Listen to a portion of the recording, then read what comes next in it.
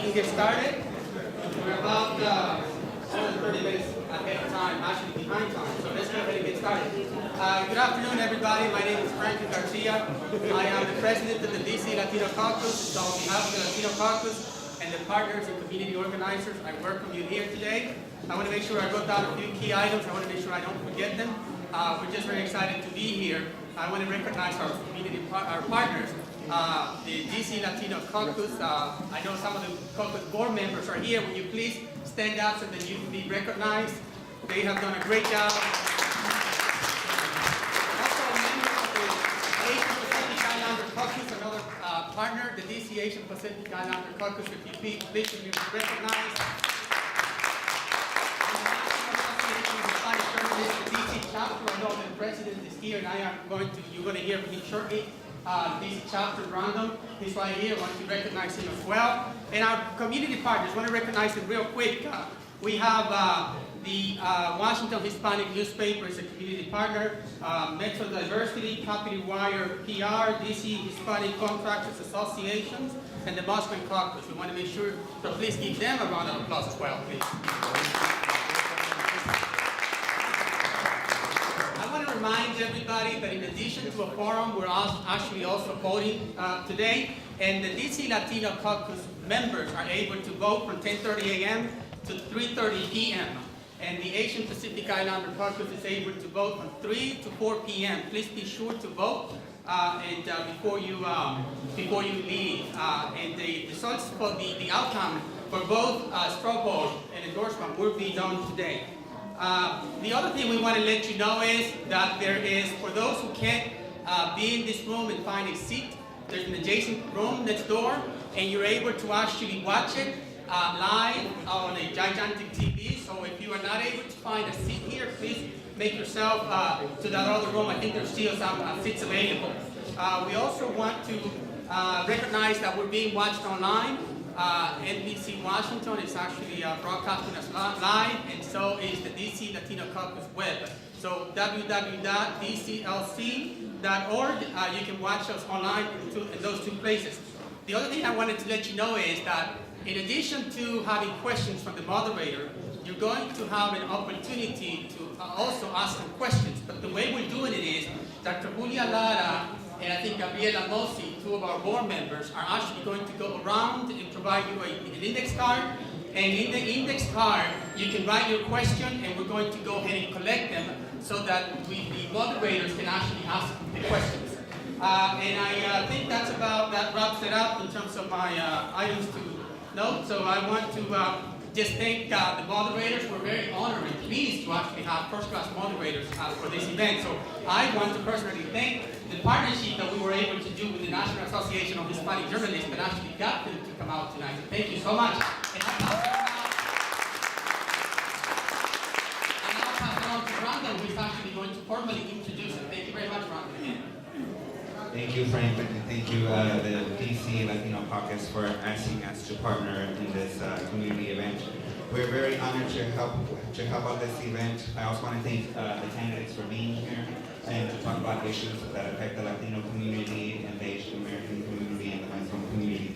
Without further ado, I'll introduce our moderators this afternoon. We have Maria Rosa Lucchini from Noticias DC.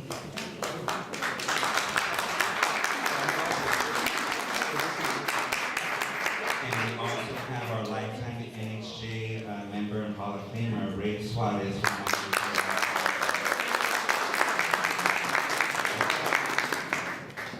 Well, welcome to the 2014 DC Latino Caucus Forum. Thank you very much. And I think we have to get started because we're better late.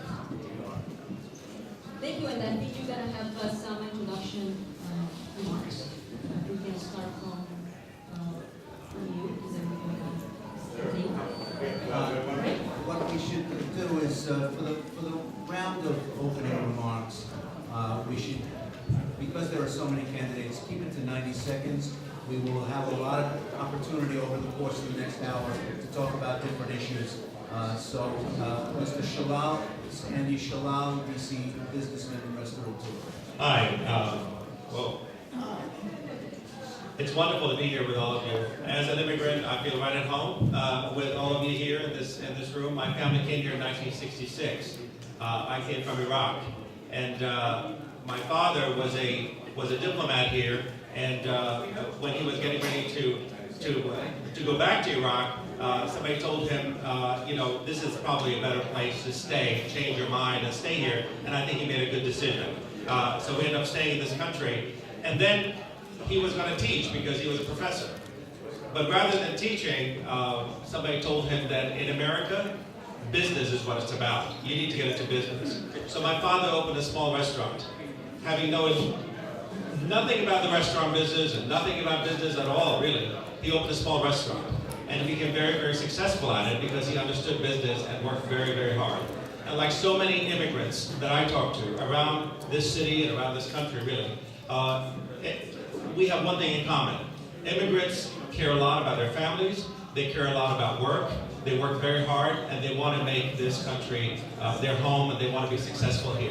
I, like many of you maybe in this room, maybe some of you in this room, am an American by choice. I became a naturalized American, and I believe in this country, and I believe in its values. And so my family stayed in this country for the reason of the values that this country brings. The values of openness, of opportunity, of an opportunity not only to express yourself, but also to be able to grow a business, grow a family, and go to school. I want to say that the reason why I'm running for mayor in this city is because I believe that the school system is failing. That the school system is benefiting a certain class of society, but it's not benefiting everyone. Latinos, for instance, are actually dropping out of school now because it's becoming harder and harder for them to finish. I'm here to talk about the issues that are concerning you, and I thank you for your time.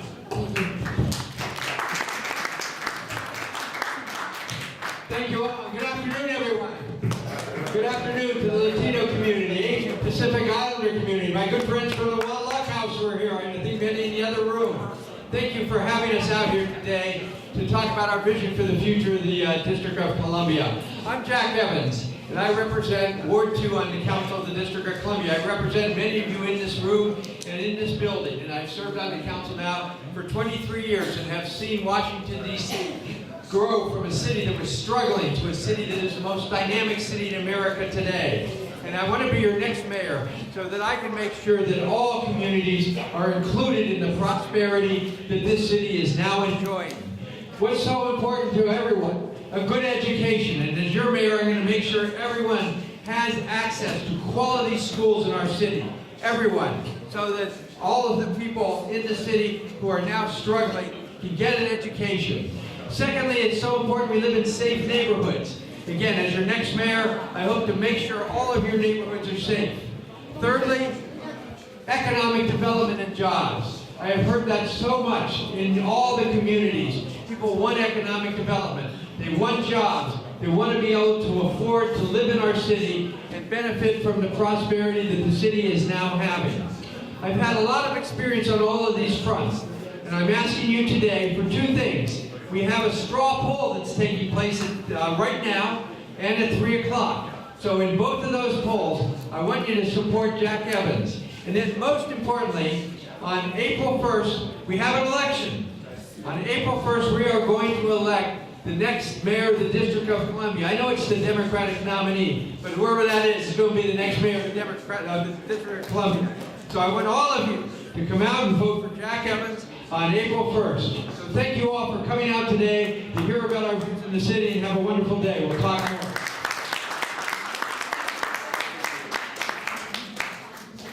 Mr. Mayor?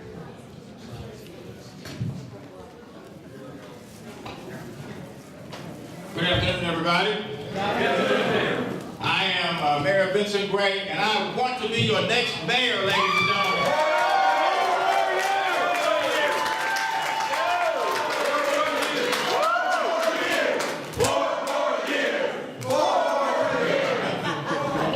Clock's running, guys, but thank you, okay? You know, I may be the only one of these candidates who has 4 co-chairpersons of my campaign. And 2 of those co-chairpersons are John Chinpei, a member of the Asian American community, and Sonia Gutierrez, who is known to many people in this room, who of course has done so much with the with education in the District of Columbia. I also have, I think, what is the most diverse cabinet in the history of this city. Our city administrator, Alan Liu, who happens to be a member of the Asian American community. Our deputy mayor for Health and Human Services, who happens to be back there, is Bibi Otero. The state superintendent for education is Jesus Aguirre. The head of our Department of Youth and Rehabilitation Services is Neil Stanley, and there are other members of our cabinet, like the head of our Office of Latino Affairs, Roxana Oliva. And of course, the head of our Office of Asian and Pacific Islander Affairs, Julie Koo. I simply say all that to say that what we want to do is continue the same kind of quality of service delivery that we've had for the last 3 years and 2 months. And that is one city. That irrespective of who you are, irrespective of where you may live, you should have an equal opportunity at being able to benefit from the great prosperity that we are experiencing in this city. Our education programs are doing well, and we'll come back to more of it later.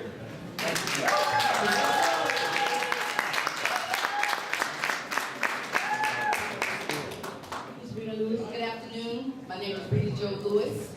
I'm a 35-year resident of the District of Columbia. I ask for you to vote for me today as your selection in this caucus, and I also ask on April 1st for you to vote for me. You know, as a 35-year resident of the District of Columbia, I lived in Adams Morgan when I first came to DC. I currently live in Chinatown. Now I am one block over because we think it's China Street. And the reason being is because we have not preserved the history, the culture of our communities, whether they are from a Latino perspective, an African American perspective, or an Asian perspective.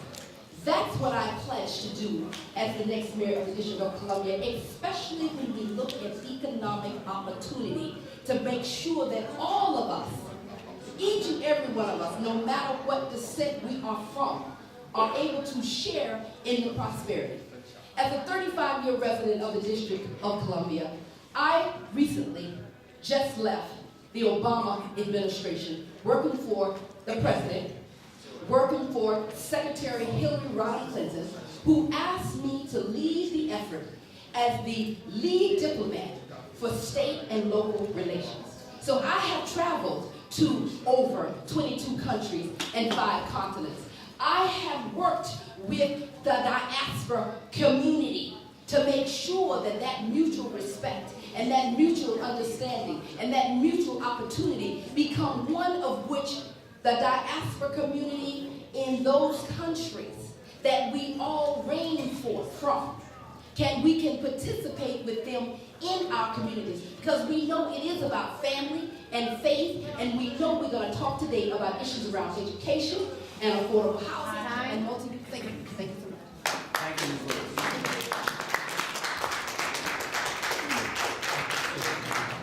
Good afternoon, everyone. Good afternoon. I'm Councilmember Tommy Wells. I've been here over 30 years. I came here as a social worker 30 years ago.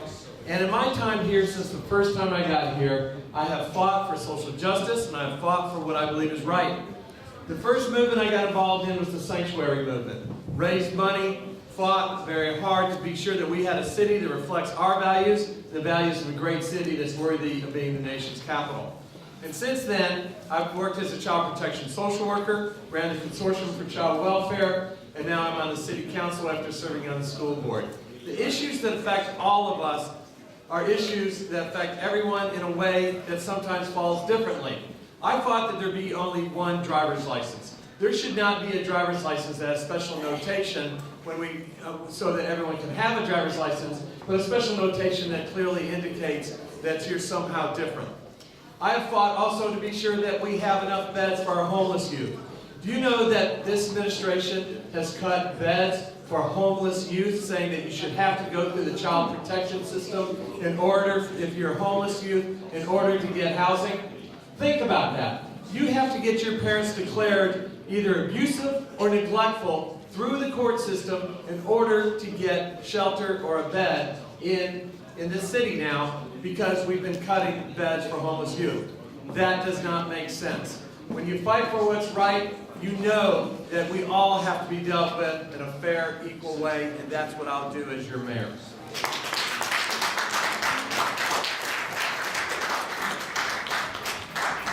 So let's begin with the questioning. We have, oh, I'm sorry. Yes, you snuck in, Mr. Allen, just before. Carlos Allen. 90 seconds, please. Yes, good afternoon, everyone. Good afternoon. Good. My name is Carlos Allen, and I'm a Democratic candidate for mayor of Washington, D.C. Excuse my voice. I'm running for mayor because I personally feel that there's an urgency right now. We have an urgency that we have homeless individuals that basically no one's talking about. We have elderly that basically being pushed out the city because the taxes can't be paid. We got our children who are not graduating. 50% of them are not graduating from school right now. And my job as next mayor of Washington, D.C. is to transform the city. My job as next mayor is to make sure that I take care of people. Make sure people are being moved forward to become successful in life. And it's all about two things, jobs and education. But I'm gonna combine the two together and I'm focused on educating people to get a better job or educate people to start their own businesses. And then from there, then they can become successful doing all the things that they need to do. Because the mere fact that it's like this, without money, you can't move forward in this society.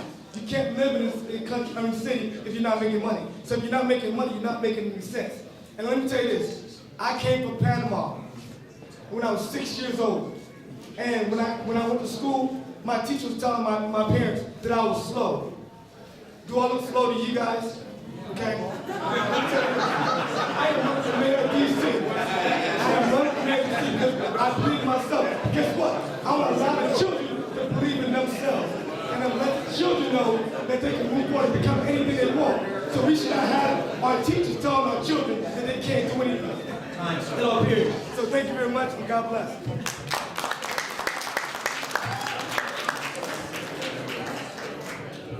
Now we'll move to the questioning. We have questions from the journalists, questions from the members of the Latino Caucus, and questions from the community gathered here. Since there are so many issues and so many candidates, we really beseech you to keep your answers brief. We're going to time you to 1 minute, and we'll try to get to as many issues as possible, given the late start that we got, candidates. So 1 minute responses, and we'll try to get to as many issues of interest to the community. Your timekeepers are right here. Please listen to them.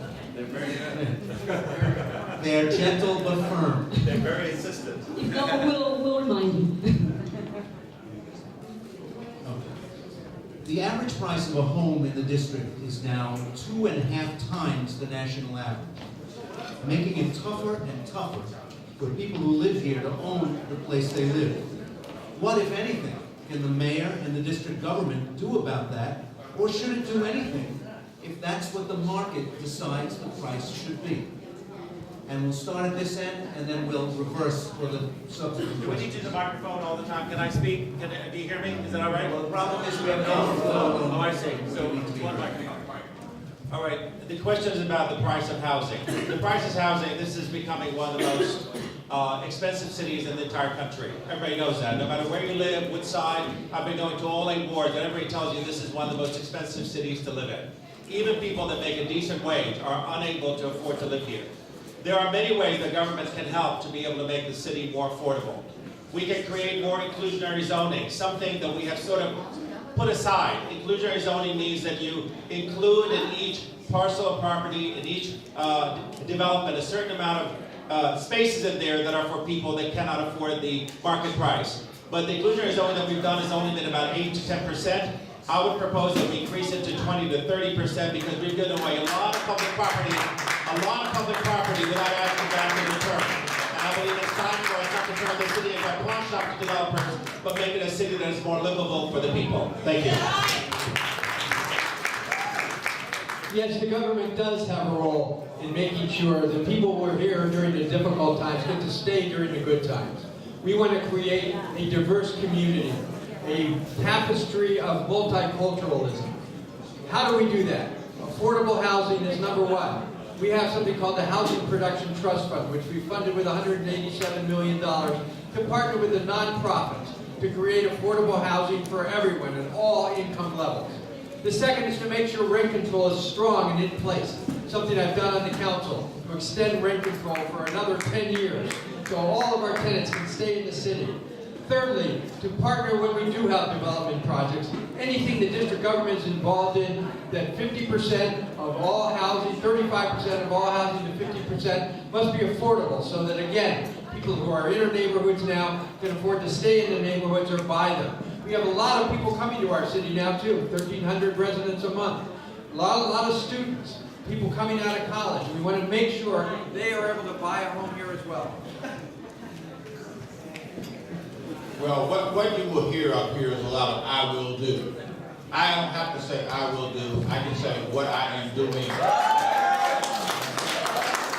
The first thing is that we strongly believe in keeping the city as affordable as we possibly can.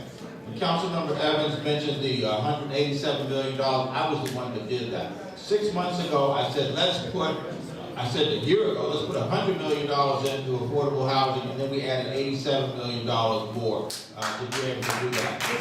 We are going to announce next week that we're going to add more money to affordable housing, because what it allows us to do, ladies and gentlemen, is to buy down the price of housing so that those who may not be able to afford something will be able to afford it as a result of what we're putting in. The other side of it is, frankly, to be able to make sure we continue to train people, get people equipped for jobs in the District of Columbia so that they can make a higher wage. Lower the price of housing by our investment, raise people's capacity by what we can invest, and you'll make a lot more housing affordable, more affordable than it would be. You know, 3.5 years ago, residents came to this summit and said affordable housing is the most important thing for the residents of the District of Columbia. We are now 3.5 years later, and we're talking about now just doing it. What I say, and I pledge to you, that on day one, when the citizens speak, a Lewis administration will answer.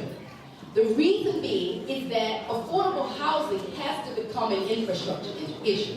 It has to be one that's predictable. It has to be one whereby our partners, whether they're our faith community, whether they're our leaders in the private sector, whether it is Wall Street, understand that DC has a commitment for affordable housing. But not just affordable, it does have to be mixed-use housing throughout all of our neighborhoods. And that is the pledge that I give.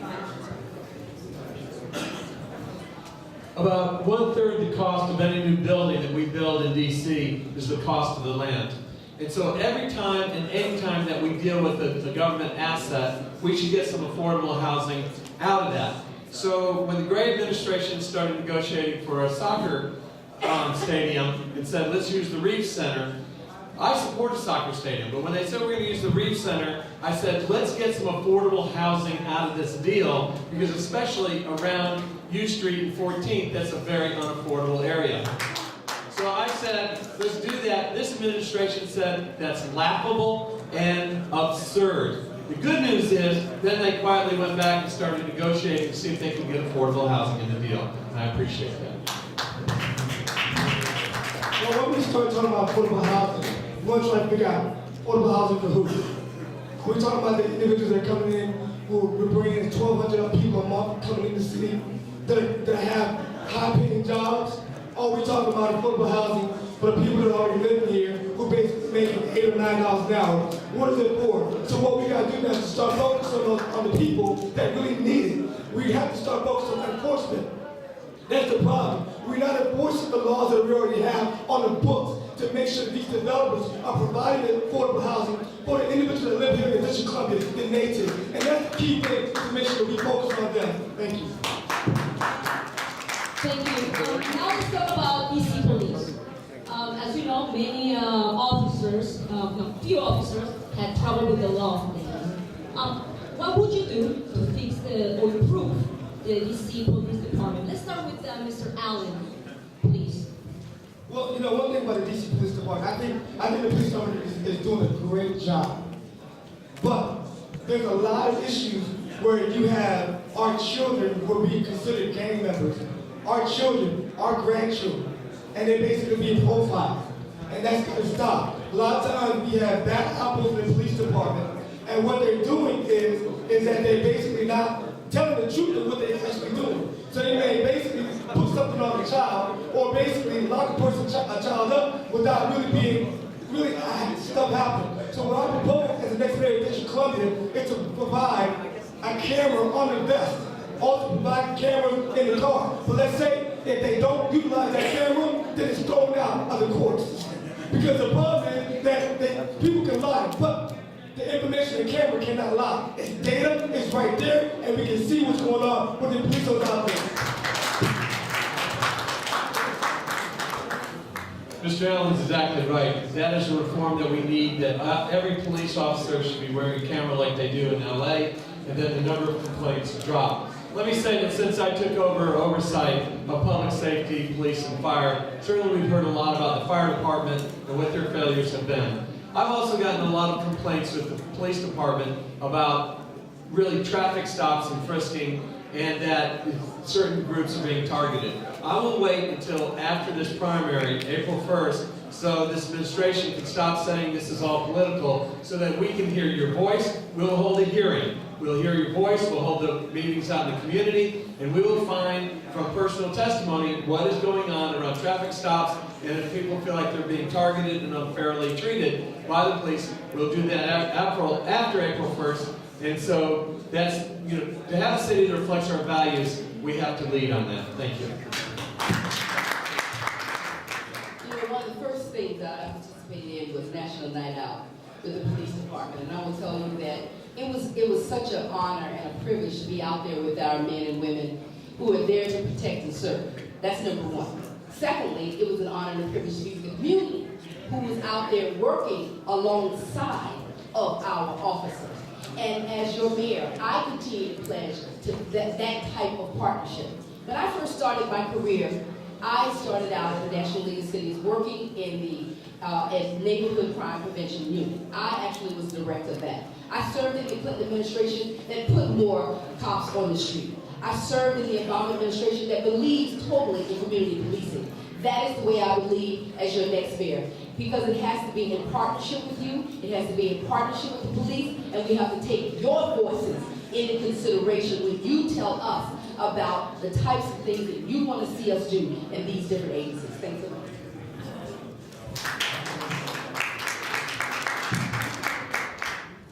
Well, we take very seriously the work of our police officers, and there's a great deal of training that's done to try to make sure our police officers understand the importance of good, ethical, honest behavior. As a result of that, now we do now have 4,000 police officers on our streets. Every one of our police officers has to take a pledge. They have to take a pledge, and it is extensive. They take an oath. If you ever went to, and some of you may have gone to them, if you ever went to a graduation ceremony at the police academy, you would hear them stand up and recite, without looking at a piece of paper, they would recite that pledge, which takes them about 2 minutes to be able to get done. So they obviously have incorporated that into their behavior every day. Community policing is a huge part of what we do. Developing relationships with our communities is a huge part of a police officer's ability to be able to get the job done. So there are going to be some, in 4,000 people, there are going to be some people who will do things that are untoward. That is a reality. The issue is not whether you can eliminate it to 100% extent. It won't happen. But the fact is, there are consequences to those who step off the straight and narrow.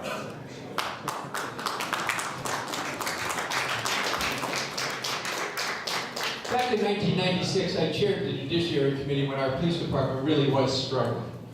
We managed to turn it around. We brought a new police chief in, Chuck Ramsey, rebuilt the department. Today, we have a great police chief in Kathy Lanier. We have a department of 4,000 officers that is looked at as one of the finest police departments in the country. But there's always room for improvement. There are several things I would do as mayor. First of all, we need more police officers. As our city's population grows, as more people visit our city, work in our city, I would like to get us up to about 4,500 officers. And then secondly, sensitivity training is very important. Again, back in the old days, we had problems with our officers who weren't integrated into the community and didn't understand it. Today, we have a much better, well-trained police department, but we need more sensitivity training as our officers are more involved in what happens in the community. As we move forward, I believe we can really provide a safe environment for all of our citizens, and that is the goal.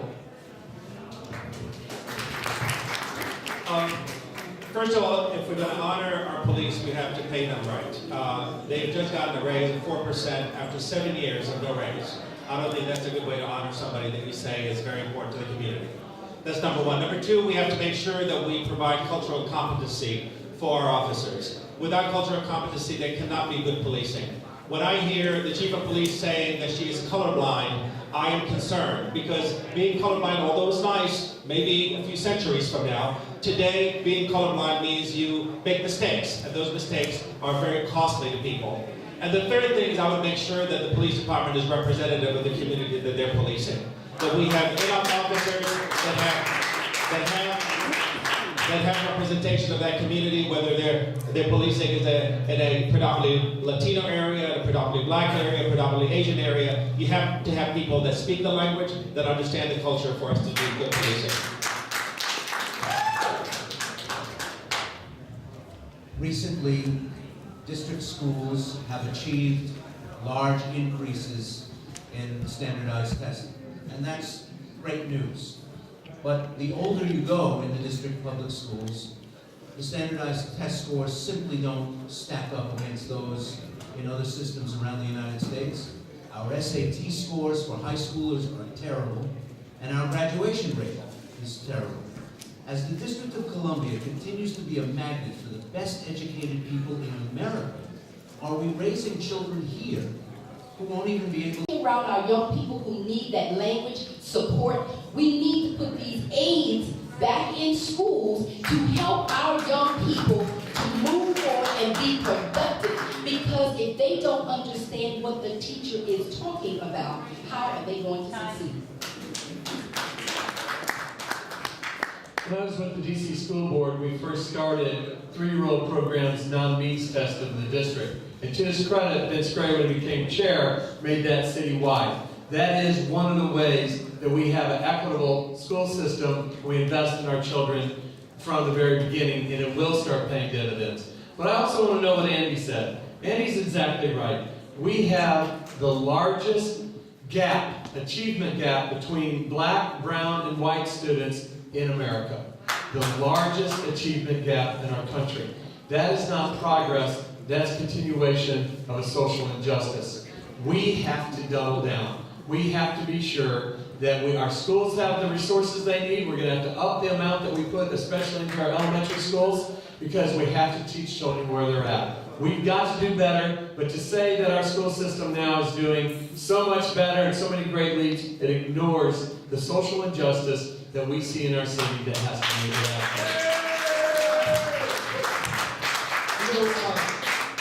What's going on with all this testing? This quick recall, it doesn't make any sense because we have children still living right now.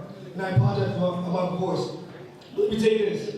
I've got a quick recall right here in my phone. Okay? As a Google phone, it can tell me everything I need. What we need to do is teaching our children how to learn. Okay? And understanding. That's important. But first and foremost, let me tell you this.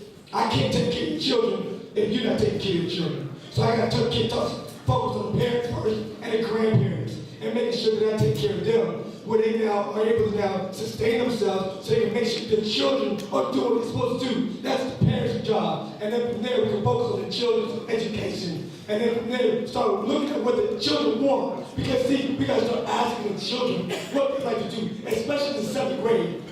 Because that's where the children are starting to fail and they start to drop off because of the very fact that they come into their own. So we got to start focusing and asking them what would they like to do in life. And then from there, the child says, I like to be an engineer. Then from there, put them in an engineering course. That would then combine it with the course. Thank you. Thank you. Thank you very much. Let's move now to healthcare. As you know, a portion of the immigrant community is undocumented. How would you deal with healthcare issues, especially when this community cannot participate under the Obamacare? Ms. Brown? I'm sorry. Healthcare. You want to repeat to the... Yes, please. Okay. A portion of the immigrant community is undocumented. How would you deal with the healthcare issues, especially when this community just cannot participate under the Obamacare? Oh, well, I personally feel that, first and foremost, we have to have compassion for all people, especially citizens that are already living in the District of Columbia now. All right, so we got to make sure that we take care of our people. Now, as far as in the Hispanics that are basically, let's say, undocumented and stuff like that, they still need to be able to help and get the health care that they need. My job in the next mayor is to make sure that we focus on them and make sure that they're basically up and running and allow them to become tax-paying citizens. You know, we're not the federal government. We're not here to basically look over and see what they're doing. All we need to do is make sure that the citizens are doing the proper thing. In the healthcare situation, we need to take care of our people because if we don't start with the early detection of things, it's going to cost us a lot more down the line. I view healthcare as a human right. Early in this administration, he proposed in his budget no longer extending the alliance, which we have one of the most robust health insurance programs in the country, saying it should not go to undocumented citizens in DC. But the council stopped it and said we are going to fund undocumented citizens in DC. We are a city of values. This is who we are. And the council put the money back in there. Healthcare is a human right. It's not just by whether you have the right papers or not. It's about being here in our city, and it's about who we are. I have been fortunate as an advocate to work on issues that are so important to the community about the expansion of community health centers. That's where a lot of the need is, and that's where the skills and the cultural understanding to serve a community that has not had the ability to have the type of access.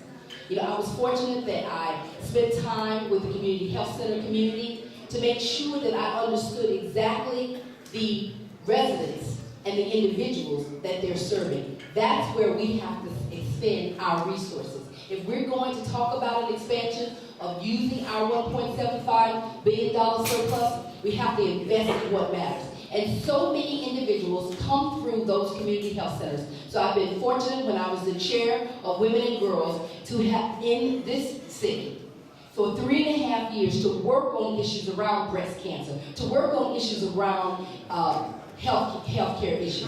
Thank you.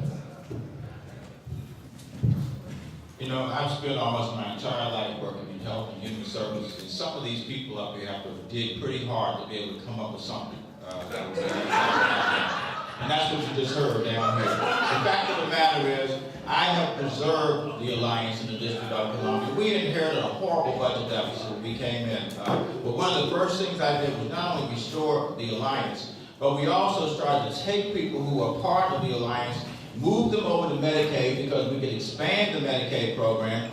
We had an alliance program that was costing probably $50 to $75 million. It cost us about $18 to $20 million at this stage, not because we locked people off. We moved people over to Medicaid because we could make them eligible. We now have we're the second state in the nation in terms of covering adults in the District of Columbia, and we have the highest level of coverage of children anywhere in the nation. Anybody wants to debate that, I'd be happy to.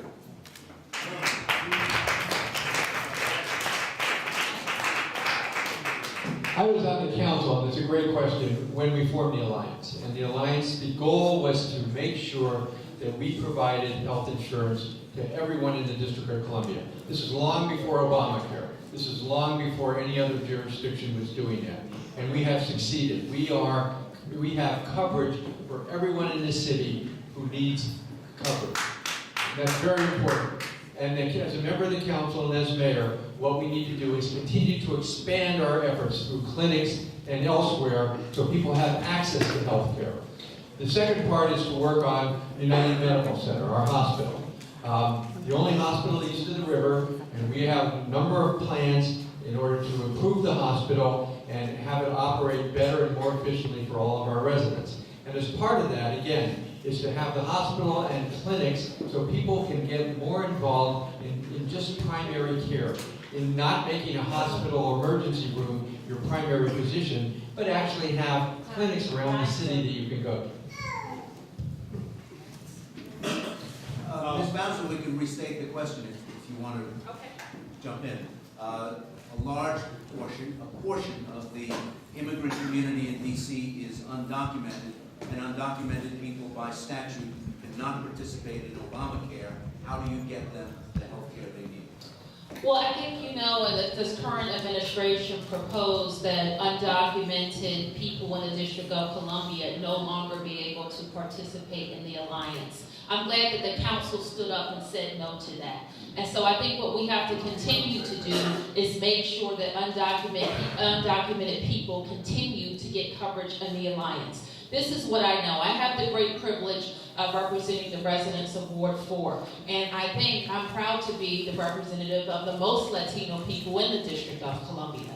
And it makes sense for all of us, fiscally, health-wise, for people to have coverage. And so I'm always going to support people having coverage in the alliance.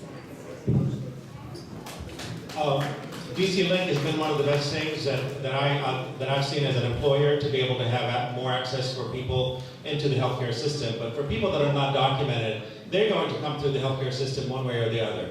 So I do agree with Tommy that healthcare is a human right, and we should be able to express it that way. And certainly, everybody knows that preventative care is really the key. So you either allow people access to healthcare early on so they can take care of themselves and they don't have to be ending up in the emergency room, or you end up paying for it for a lot more expensive on the other end. But it is not to say that we have a lot of work to do. This city has one of the highest HIV rates in the entire country, has one of the highest teenage pregnancy rates in the entire country. And we need to be also mindful about educating our communities, particularly our minority communities, in language-specific education so everybody understands where we need to be on this issue. Just a little housekeeping. You've had a chance to hear the candidates. I want to remind you that voting in the straw poll for the Latino Caucus ends at 3:30, which is in 11 minutes, and voting in the Asian Pacific Islander Caucus ends at 4 o'clock. Okay? Okay. We're in the stretch run, and I want to thank the candidates for staying inside the time. It actually helps us get to a lot more things. You've been very cooperative. Thanks a lot. One of our community members asks about funding for Metro and raising Metro fares. What's your plan to make public transportation accessible and affordable for our minority communities who depend heavily on these services? Public transportation in this city is one of the most expensive than any other city in the entire country. I know from my employees at work, at my place at Busboys and Poets, I know how often they complain about transportation. It's a real serious issue. We are overly dependent on the cost of fares for us to be able to fund our metro system. In many other jurisdictions, our fares here pay about 60% of the cost of our metro, as opposed to other jurisdictions where it's actually 60% is paid by government in order to make it accessible. I'd like to see metro fares be free for the elderly, so that they can be able to get around and be able to become more productive citizens, get out of their homes, be able to volunteer, be able to give back to the community. Many of them are looking for opportunities, but the cost of transportation can be prohibitive. It can be the choice between paying rent or paying for their food or something else. I want to bring people out of their homes and becoming part of the community, and transportation is very important for that. This is a great question, because really how we grow our transportation system is going to determine the future economic growth of our city and our entire region. What Metro needs is $26 billion by 2040 and $6 billion by 2025, just to add to the capacity that we have right now to handle our current population, and that much to handle our future population. So we have to step up now as a city and as a region to make those investments. Unfortunately, Mayor Gray had the opportunity to give Metro the $50 million that it needs this year to keep up with that $6 billion plan. It's not optional. We have to make those investments. So I am going to be committed to maintaining and increasing the funding that we need for the capital improvements. I've already made Metro more affordable for families in DC with our Kids Ride Free on Metro Bus, which is allowing children to get to school. I'll talk more about that. I had the opportunity to serve on the Metro Board for 10 years and served as chairman in 1994 and 1997 and helped complete the 101-mile system. Now the question is, people are going to make promises up here about X, Y, and Z, but how do you pay for it? What Metro needs is a dedicated funding source. It is the second largest system in the country, but the only system in the country that doesn't have a dedicated source. We have a great opportunity now. The next mayor has got to sit down with the governor of Maryland and the governor of Virginia and work out that funding source regardless of what it is. Is it a gas tax? Is it a sales tax? Or some other mechanism to raise the money? Right now, Metro owes tin cup in hand to the jurisdictions to get its funding. We have to continue to expand Metro. We have to build new inner city lines. We have to renovate the lines we have and the cars we have. And it's going to take a lot of money. So, what I would do as mayor is to make sure I can get the two surrounding jurisdictions and go to the federal government as well to fund this system. I actually had an opportunity to meet with both the governor of Virginia and the governor of Maryland just the other day. And what was agreed to is that we would invest initially $25 million more in upgrading Metro. That's on top of, by the way, $50 million that we're already invested.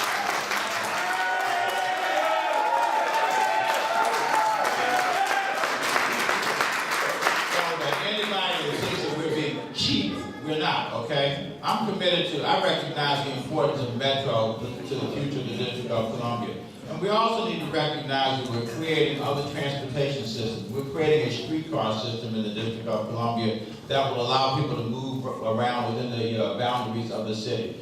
We also have a circulator system that is moving people around within the boundaries of the system. And I think we're heavily subsidizing the circulator system. It's costing people $1 to be able to get from one side of the city to the other. So the Metro system is a very important regional effort for us because it will get people from the District of Columbia to jobs in the region and vice versa.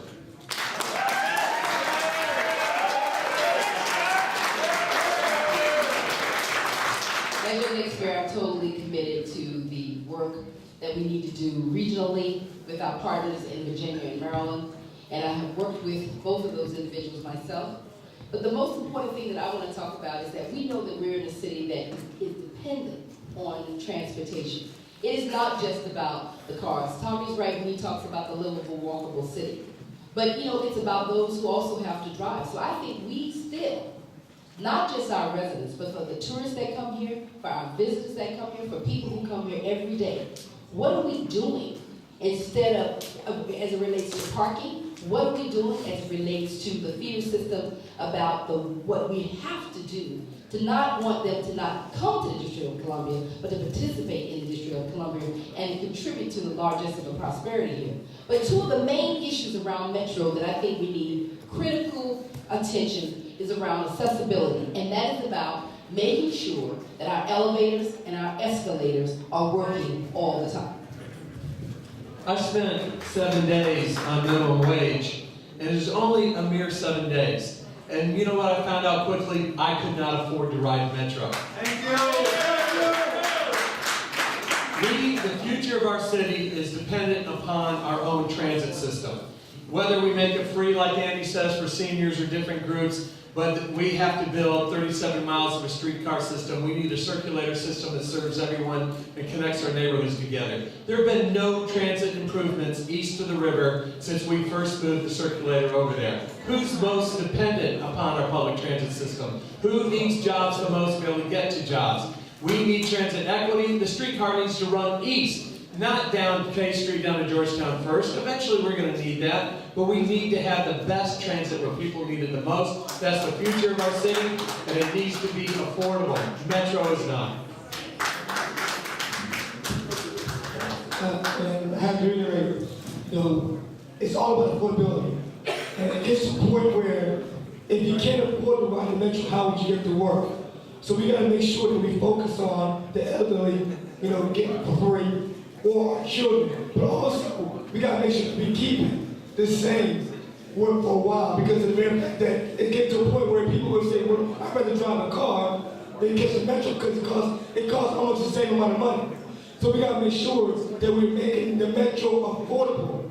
Just like we're making affordable housing, make it affordable for people, and make sure that the people are getting it. We can't continue to do the exact same thing over and over again and then we'll get a different result, even though, as far as what I'm hearing, and except for, a few, they're saying that they're going to try to make things affordable. But we got to make sure that we everybody get what they need in the District of Columbia. And that's affordability for houses, for transportation, for anything in the district. If not, you can't afford to live in the city.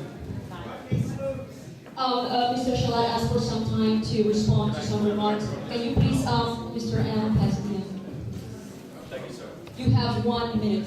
Sure. I just want to go back to the idea of funding of the metro. A lot of times I think for those of us that are not on the city council, we will make some propositions or some proposals about how we should fund things, or as I mentioned earlier, the ability to make metro free for the elderly. And then a comment is made from one of the city council members saying, oh, they're just talking about this, but they don't know how it's going to be funded. I would like to ask the question to the council members. How is it that we can always find money to projects we want to do? How is it that we can find $670 million to build a stadium? But suddenly we want to be able to provide a few $1 million to be able to give our elderly an opportunity to be able to go around. We can't find the money. I am telling you, as a business owner, every single year I pay $16,500 to the Lerner family because of the stadium deal. I'll be paying that till 2025, I don't know how long, 2025 I think or so, but I have yet to receive a thank you note from the Lerner family, and I expect one.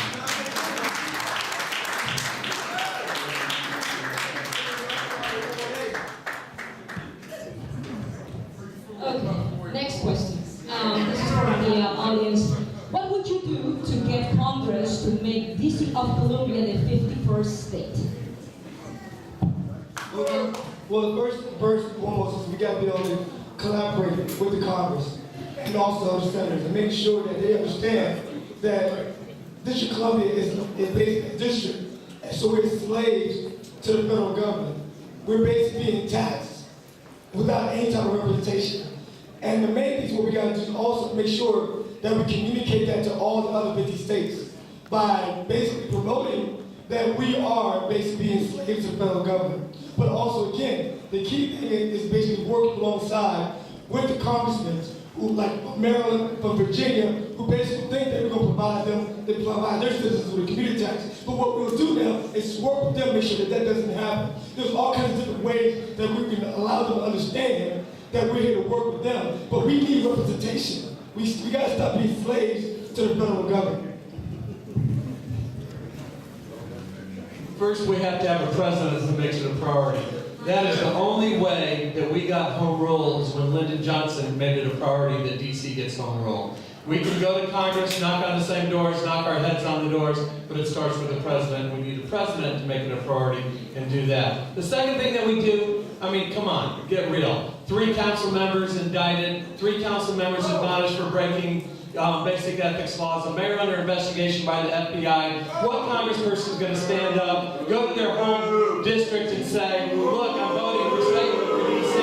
You've got to have a government that you're proud of and that is not embarrassing the city of other government. You can't accept this, or we'll never get statehood.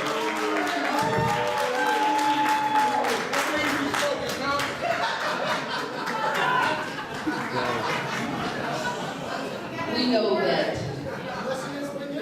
we are a young democracy. And in being a young democracy, the next mayor will be the 8th mayor of the District of Columbia. And that means in terms of not just collaborating with Congress, that means collaborating with our residents first. And in that collaboration, I believe we have to show, not just Congress, we have to show the United States and the world, but more importantly, our citizens, that we can govern ourselves.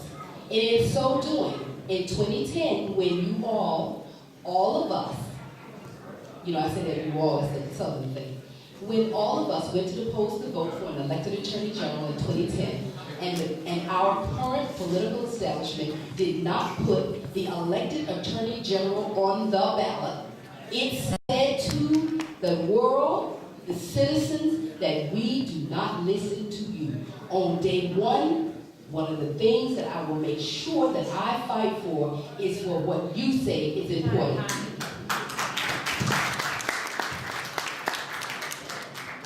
I really don't think it's about collaboration. I think it's about getting a level of outrage among the citizens of the District of Columbia.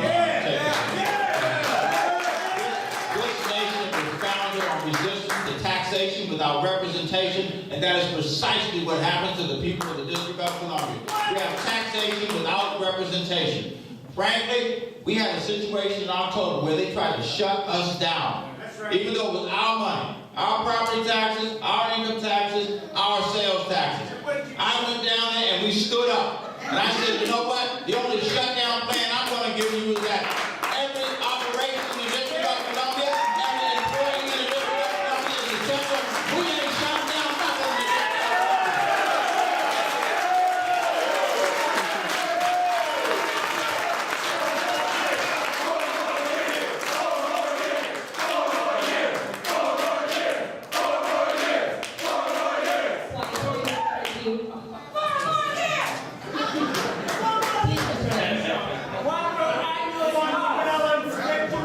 But now we have to go back to the question is how do we get to statehood? And unfortunately that didn't get us to statehood.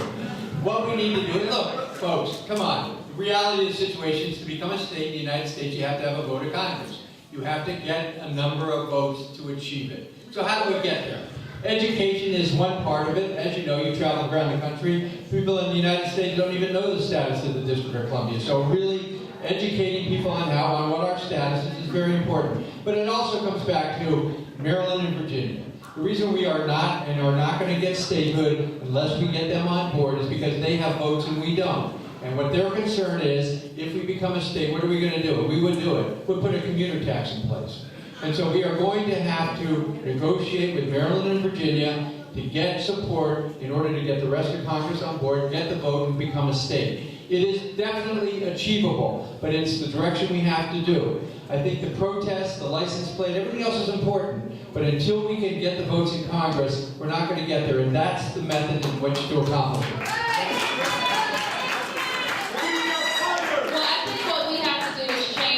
Strategy. This has been our approach for as long as I can remember. We get outraged, and then we go back home. We go back. We get outraged, it's a big crisis, and then we go back home. We get outraged, and we go. So what's going to happen next? We're going to scream and holler, we're going to get outraged again? So where's the progress? So people call me practical, and it's true, because we have to have a practical strategy. What we have to do for sure, and as soon as possible, is get budget autonomy. We have to unhook our city from the federal budget. We're not a federal agency. We have to get legislative autonomy. We have to make sure our laws don't have to go to the Congress and get signed off on. And then we have to get serious. What big companies do when they want something from the Congress? They have a presence every day talking about their issues. And we have a lot of federal issues. We have St. Elizabeth's, Walter Reed, streets, bridges, metro, and our independence from the federal government. I'm going to have a practical, roll up your sleeves, everyday approach to getting statehood. On this one, I agree with the mayor 100%. I do believe we need to have outrage, and I think that's where it starts. I think I was on the board of DC Vote for many years, and every Emancipation Day, April 16th, we try to pull people together to talk about statehood. We're lucky if we get 100 people show up. And Congress watches and sees oh, people don't really care that much, we don't have to worry about it so much. So I do agree that we need to have outrage to make this abomination something that is of the past. Thank you. Mr. Orange just arrived, so the gang's all here. Thank you all. We are in the stretch run. One of our community questioners asked about day laborers, and our questioner asked specifically about one particular retailer in Ward 5, but responding and having a response that makes sense both legally and economically to what day laborers represent, I think is a wider, citywide question. how should the District of Columbia either regulate or find locations for or watch the use of, the sometimes abuse of, and exploitation of day labor in this city? We'll start with Mr. Schiller. I think it's a very important issue, and you see them standing on the side of the road oftentimes, and oftentimes a lot of people use day laborers for certain jobs and certain odds and ends jobs. Oftentimes they may not get paid, and they end up having to go look for their money, and then if they actually report it, they get in trouble. I know that where I lived before in Virginia years ago, there was an area where day laborers actually used to come, and we figured out a way to be able to fix it. We actually ended up putting up a structure where there was a desk, there was someone there who actually kept track of people that are coming and make sure that they were picked up properly and make sure that they were paid properly. So I think this is essential in order for us to be able to be a more humane city, the kind of city that we all want to live in. I worked for many years in Montgomery County, and part of my responsibility was the greater Silver Spring area, including Langley Park, where the day labor issue was very significant. How we were going to get a transit center there, and how we were going to help facilitate day laborers being respected by employers, but also how they were going to work with the business community that was there and the customers who wanted to use those businesses. The county made the decision to support social service organizations that really help day laborers get organized so that they would stop being exploited, but also push them to existing centers and social service organizations that could help them right in the communities where they live. And that's the approach that I would take in our city. The government act surely does have a role in day laborers. And first, right now, has to recognize it as that there are problems surrounding it.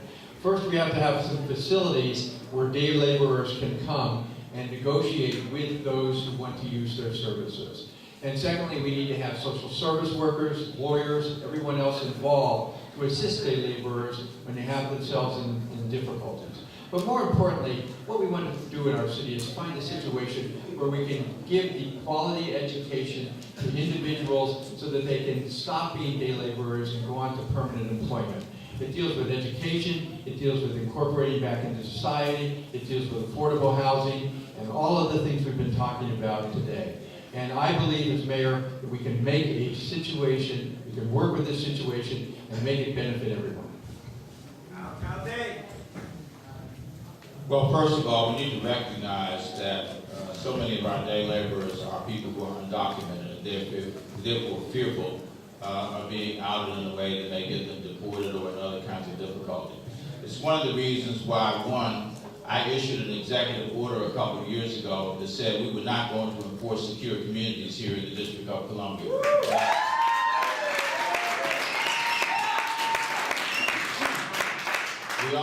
We also have made it much easier for people to get driver's licenses who are undocumented.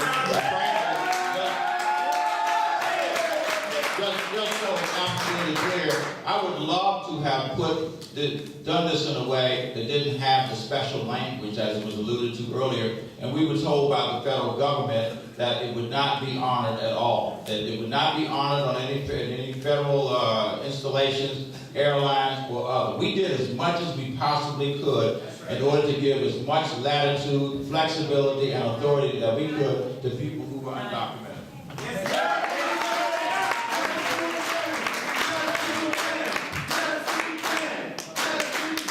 You know, the mayor is absolutely right.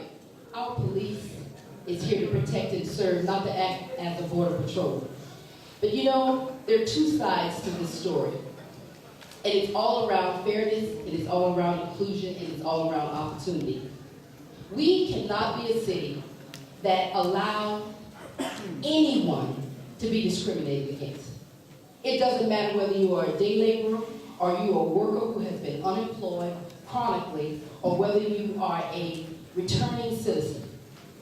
The most important thing right now that we have in this city is where are we going to partner with our faith-based organizations, our labor unions, where we're going to partner with our nonprofit organizations to make sure that we have the right facilities So that in any kind of situation, it doesn't matter whether you are a day laborer or a resident of the District of Columbia, we want to make sure that you have a fair and an equal opportunity to get a job. Most of what you're talking about is over at the Home Depot in Ward 5. We need to build a facility. We need to have a humane place for people to stay out of the weather instead of just out through the parking lot. We have to recognize that this is part of what we have and how people get work in the District of Columbia. We also have to create a Bureau of Labor who enforces the laws, but especially around wage theft for everyone, regardless of their status. That we do have a problem with wage theft in the district. It's not enforced very well, so that's the other thing we have to do. The last thing is we have 2 other states that give licenses without anything on there, and the federal government has said we're not going to recognize. So it has not said that. We could have done just like them. Thank you.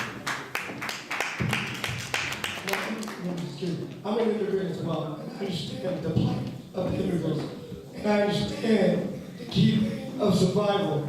So we got to make sure that our day laborers are out there doing exactly what they do with the new laws. So we need to make sure that we're taking care of them and provide them with the facilities necessary and provide them with an organization so that now they're not being cheated. You know, the key thing is, again, they're already here. We're not going to be enforced by the federal government because they're not even taking care of us by giving us statehood. So we got to make sure that we're taking care of people that are living here now and provide them with the ability to become successful in the city. And that basically allow them to have all the ability to have health care, have licenses, be able to get a job. All those things are affordable to them because we are a city that has $12 billion in as an industry, and we can help them move forward doing that. Well, absolutely, I support day labor, and that's the reason why I was out in the forefront for minimum wage. About the minimum wage from $8.25 per hour to $11.50 per hour. And I am holding a hearing on Monday on the wage theft laws to make sure that people are protected. When you're promised an amount, you should get paid that amount. But I can tell you, only Jim Graham was the only one that signed on to the bill with me, and so we need more council members to get on board on that bill as well. I did walk in while you were asking a question about statehood. I introduced a bill to fund the statehood movement to the tune of $1 million. And we need to get people on board. You know, I heard everybody say this for statehood. Well, put your money where your mouth is. And let's make sure that we go out here and really fight for statehood in a proper fashion. That is, we have to fund these type of campaigns, just like we have to examine the day labor situation, make sure that it can actually operate in the District of Columbia, and also we got to make sure that no one steals your money. But we can't have you working for $8.25 an hour, $11.50 per hour with annual increases. Thank you. We're running out of time. It's almost we got 3:43. So we're going to have closing remarks. Each of you will have 2 minutes to do that. Why don't we start with Mr. Orange? Well, thank you very much for giving me the opportunity to be here with you today. Sorry that my dialogue was rather short. I had other pressing engagements set up, but I definitely want to be here. Actually, I used to live right around the corner when I first came to the city. And the great thing about the city is the diversity of the city. And we need to maintain that. And how do you maintain that? By providing good paying jobs, by providing affordable housing, by providing an opportunity for everyone to get a good education. And that's what the Vincent Orange administration will be about. You know, we are a $12 billion organization, $1.75 billion in the bank, just coming off a $321 million surplus, but we're not spending the money on the people. We have built up downtown, we're generating revenue. Now we have to come back and take care of our people. Affordable housing, good paying jobs, a good education. And the only way that you can do that is with all of us working together. I'm Vincent Orange, I'm number 4 on the ballot. I ask for your support to really come out in droves and let's vote. Together we stand, divided we fall. We have to make sure that we don't leave anyone behind and that we don't take anyone for granted. And that's what's taking place right now. Vincent Orange, number 4 on the ballot. I would appreciate your vote. Thank you. I want to excuse my voice, but I always like to thank God for allowing me to wake up this morning and be in front of you guys. It's a pleasure. And the thing about it is that the reason, again, I'm running for mayor is because I personally feel that we need to focus on people. And we got to bring that compassion back into the city. You know, I believe in God. And the reason why I believe is because at one point I was homeless in the city. And somebody helped me get off on my feet and allowed me to move forward. And then allowed me to become successful. And that's basically what I want to do for our young people, to allow them to believe in themselves, to let them understand that you know what, you can do whatever you want in life. All you have to do is basically believe, but they need help. They need help, and that's basically what we're here to do. Again, we've got a $12 billion organization, and just like Mr. Orange said, we got $1.75 billion in reserves. And we can do a lot with that to help people move forward and become successful. So what we want to do is make sure that we provide them the allotment to become a tax-paying citizen and get them off that welfare base. Making sure that the children have the residence that they need. Making sure that the children are basically getting jobs, not summer jobs, but all year-round jobs. Making sure that our parents are basically getting living wage jobs. Making sure that our grandparents are basically staying in their homes. That's basically what we need to do. Now, I don't want y'all to become bamboozled and basically listen to the residents cast up here, and that's cool. But let me tell you this, at the end of the day, you want to make sure that you're transforming the city. And as Mayor Allen, I'm going to transform this city and making sure that everybody's getting what they need in the city. Thank you.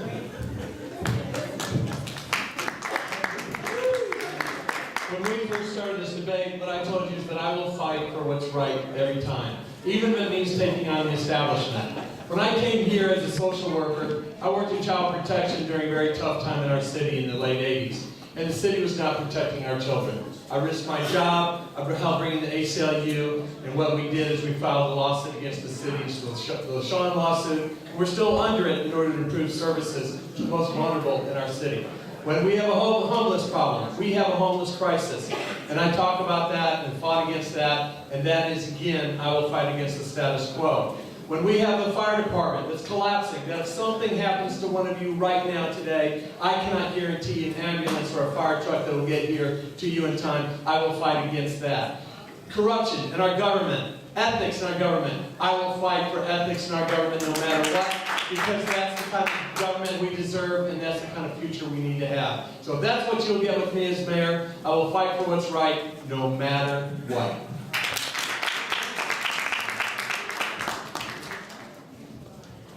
I want to say thank you very much for giving us the opportunity and giving me the opportunity to be with you. You know, as I started out saying, as a 35-year resident, it's just been an honor and privilege to live all over Washington. But you know, we've really become, is what we've been saying. All of us know this. I hear it each and every day when I talk from Ward 1 to Ward 8 to residents, is that it's not a city that works for everyone. We must, on day one of the Lewis administration, put all speed ahead to end the digital divide. We cannot allow our young people to leave at 3 o'clock and have no more access to the internet, have no more access to technology. We must make sure that at 3 o'clock the education does not start. But the most important thing that we all know from a mutual perspective is that we, as the leaders in this community, as we come to you to ask for your vote, we have to respect what you tell us. When you tell us you want an AG to make sure we fight for a clean and ethical government, on day one, we will make sure, as a Lewis administration, that we do that. When you ask us on day that you want to make sure that we fight for affordable housing, on day one, we will make sure it is an infrastructure issue.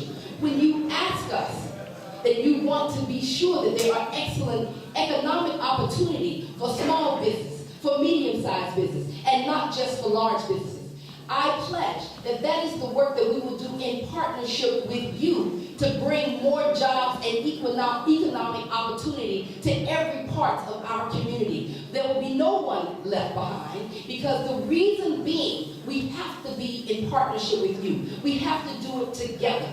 And we have to work and network not just locally, not just regionally, but we also have to network globally. We have to network with all of the diaspora communities to ensure that there are the kinds of partnerships that we can create to bring economic opportunity. I ask for your vote on April 1st. Rita Jo Lewis.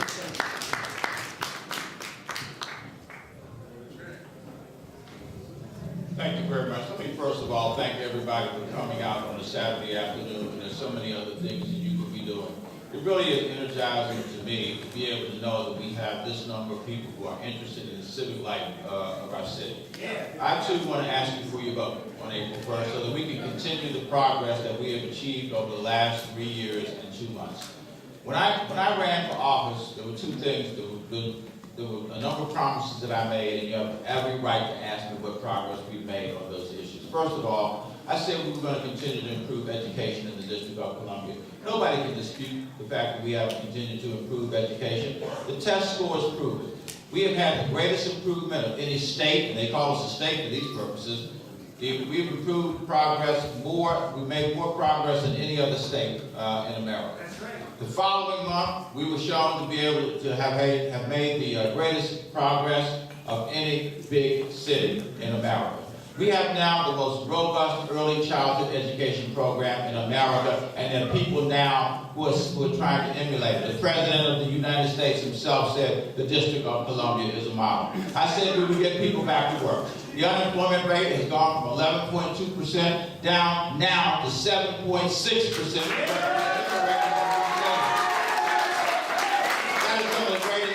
We've ever seen in the District of Columbia. I said we were going to have economic development going on all over the city, from the west side to the east side. We've got economic development taking place everywhere. I said we were going to invest in affordable housing, and that is exactly what we did with the $187 billion that was mentioned before. I said we were going to operate under the mantra of one city. And what that has meant that everybody who lives in this city has a chance. That those who are undocumented would have a chance to have a driver's license. And they wouldn't have to worry about being harassed by police because we were not going to enforce the secure community order from the federal level.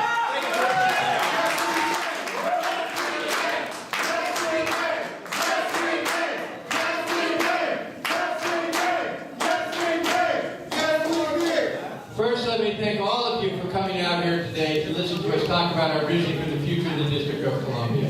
I want to thank the Latino community, Asian Pacific Islander community, and everyone else who is here. And I'm here to ask you for your vote on April 1st. Always remember, early voting starts on March 17th, so you can get out and vote for me early if you want to. All right, I am running for mayor because I want to bring the prosperity that this city is now enjoying to everyone. I've talked about the history. I've been on the council since 1991, and we've taken a city that was struggling desperately to one of the most dynamic cities in America today. Our finances are the envy of everyone, and we have economic development all over this city that's creating jobs and creating affordable housing. And as mayor, I'm going to focus on the 4 items I mentioned. Education is critical, and education for all the children in this city to make sure that they can compete in the world ahead of us. Safety is critical too. We've talked about that. We want to make sure that everyone in this city feels safe in their neighborhood. We're going to need more police to do that. We're going to have to support our police department in doing that and reach out to the neighborhoods and get their input to make sure that that happens. Affordable housing is critical. As our city becomes more and more prosperous, it becomes more difficult to live here. We've talked about the Housing Production Trust Fund, about rent control, and about the ability of the city to create affordable housing for all of our residents. And finally, jobs. Jobs may be the most important. In some neighborhoods, everybody has a job, but in other neighborhoods, there are desperation for jobs. And the economic development that I have been so much a part of in this city over the years is what is going to create those jobs in the private sector. And so I'm here today to ask you for your vote on April 1st. So again, we can bring this prosperity to all the neighborhoods in this city, and I'm the person who can make it happen. Thank you all for coming out today.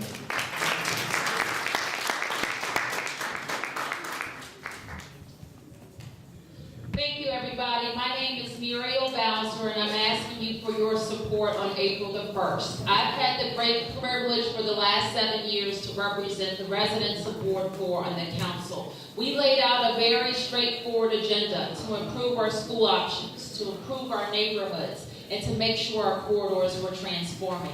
I was committed then, as I am now, to make sure that we have a city that we can be proud of, and make sure that our city grows in a way to keep up with our expectations, to make sure our city grows in a way that whether you've been here for 5 minutes or 5 decades, you will be able to have a place in the District of Columbia. Now this is what I hear across all 8 wards. Black people, white people, Latino people, Asian Pacific Islanders. They like progress, they like growth, but they're wondering, where's my place? What about me? They're wondering, are they benefiting from this school reform? Or do we see a significant drop-off once we cross Rock Creek Park or once we cross the Anacostia River? They want school reform sped up for all 8 wards in DC, and that's what we're going to be committed to. What people tell me all across the city is, what's going to happen to our middle class? This used to be the epicenter of Latino DC. Now it's North and Ward 4, and we're proud of it, but we want to make sure that no matter how much money you make, where you're from, you'll be able to buy a home and raise your family anywhere in the District of Columbia. People want to make sure that we have big thinking people in our government that's going to get ready for our future. You know, we're going to have 200,000 more residents here in about 25 years. That's the estimate. That's a lot of people. We've got to get our public transportation ready. We have to have affordable housing promises that we keep. We can't walk away from our new communities. We can't walk away from public housing, and we can't turn our back on our homeless. We can do better, and I'm asking for your support on April 1st. Yeah!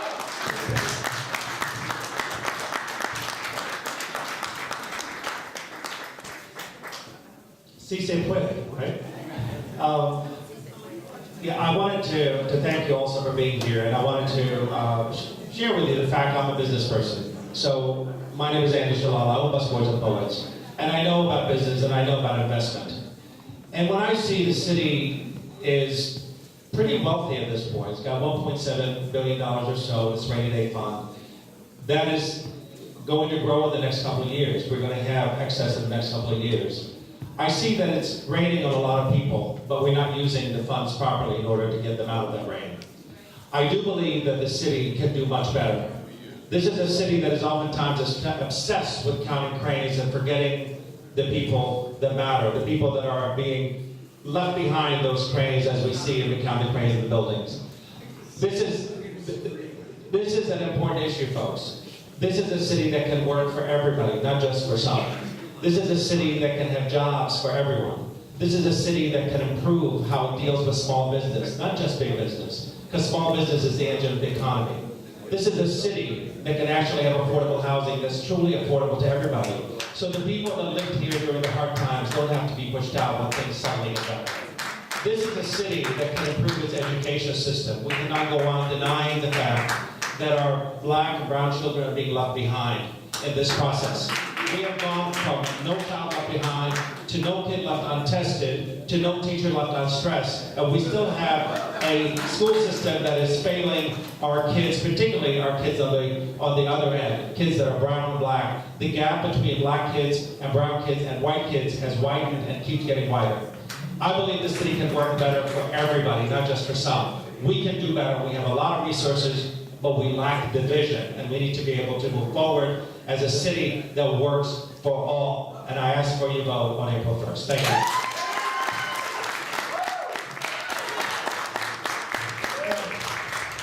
I think we're done. I think we're done. Hold on. I want to bring up, please welcome Franklin Garcia of the DC Latino Caucus to announce the results of the straw.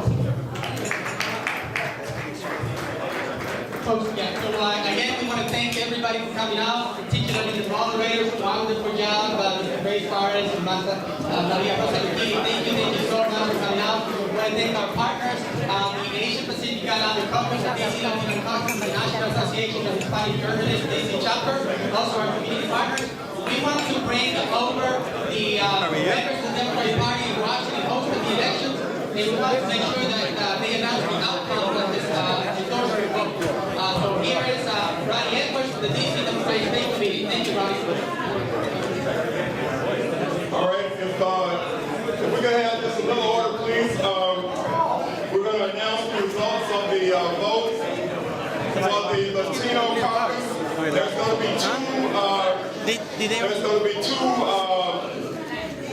to be two results announced here today. One is going to be for the Latino Caucus, and then we'll get one for the Asian Caucus. And we only have the results right now for the Latino Caucus, so we're only going to give that.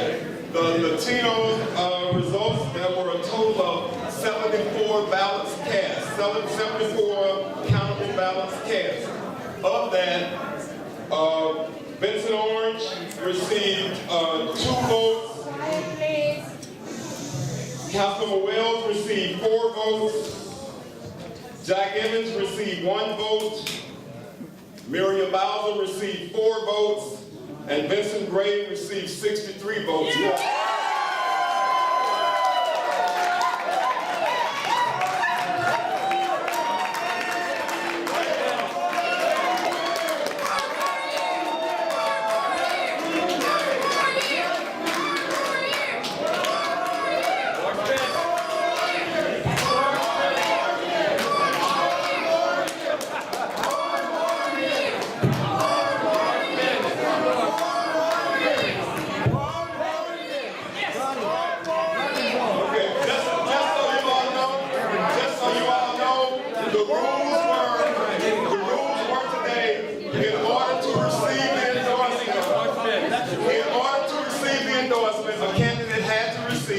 At least 51% of the vote, with 85% of the vote,